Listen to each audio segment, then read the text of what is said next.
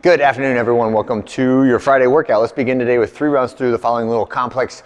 Get 10 calories on your choice, row, bike, or ski, and then stand on top of a band. We get 10 reps of a band upright row, just warming up the shoulders, warming up the biceps. Then this is a little balance, a little bit of stretch. Single leg deadlift, right? So I'm gonna do my single leg deadlift and then up, and then 1, 2, 3. Single leg deadlift, and then up.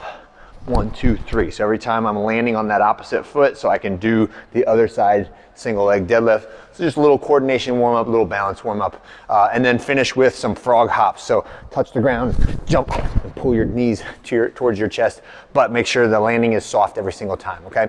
After each round of the warm up, I want you to pick something from the workout and set it up. So whether it's a plate and a box, or your ab mat, or your push-up station, or your push press, whatever it is, set that up. So this is not a chipper, but it's kind of performed the same way a chipper is, which is that you have to get all the reps done of whatever movement it is that you're on, and then you get to move on to the next one, okay? So the first one is ab mat sit-ups.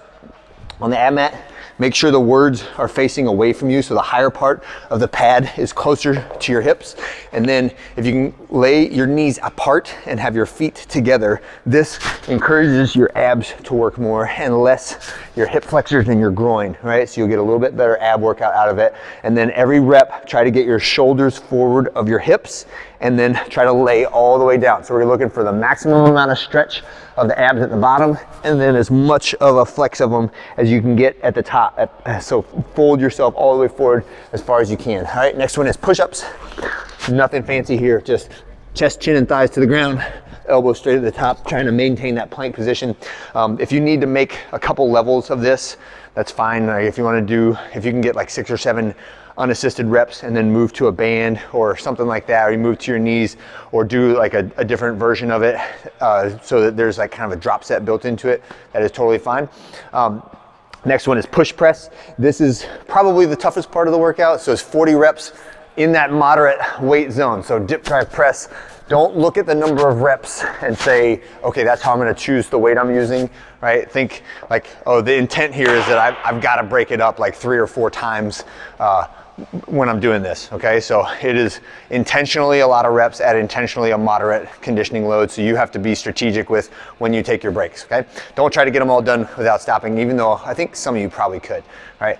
Next one is a weighted step over, right? So now I've got a box and I've got a weight, and me and the weight have to cross the box together, right? And that's 1 rep, and then 2 reps, however you want to do it is up to you, but hold the weight, take your whole body over the box. And for today, I'd like to see full hip extension on top of the box, right? Sometimes when we do it, we can just kind of sneak over like that, but today I want to see full hip extension on the top of the box, okay?